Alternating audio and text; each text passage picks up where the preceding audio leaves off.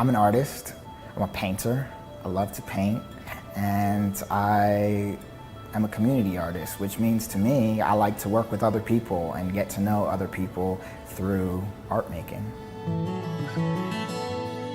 I grew up in a super diverse community in Silver Spring, Maryland. I went to public school there, so I grew up around people of all kinds, and I sort of took that for granted until I moved away for college.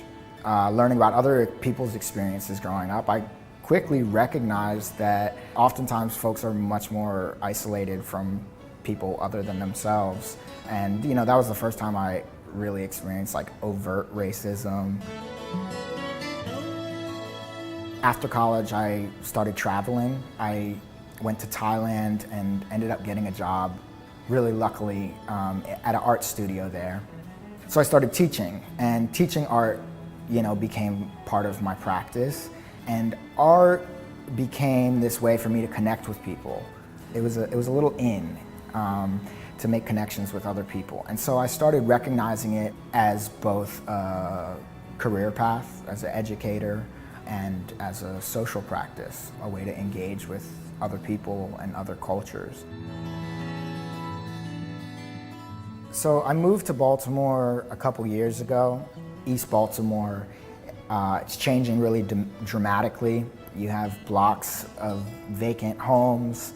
You have new high-rise apartments shooting up right next to each other. So I think that's what led me outside with my easel, and I started painting these kind of areas of transition.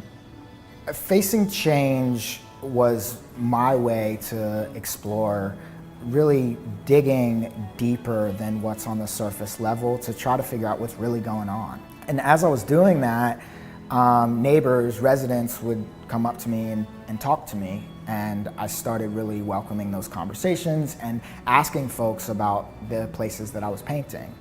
What is this area? What did it used to be? How did it get like this? So I paint portraits of each of the people that I interviewed on Formstone, which is an exterior facade found on a lot of row homes here in Baltimore.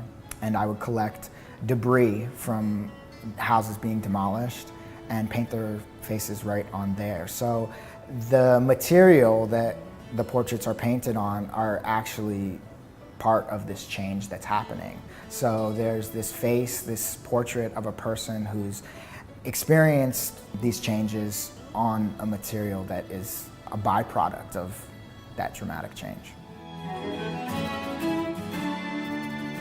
Art innately is an emotional experience, and I think it asks you to be emotional and perceptive to feelings. Throughout this project of creating Facing Change, I heard a lot of really sad stories about people losing what they perceive to be their home or feeling pushed out. But I think at the end of the day, I get a feeling of hope and strength and pride through working with communities, because I want this artwork to highlight the positivity in communities, in relationships, and people working together to make things better.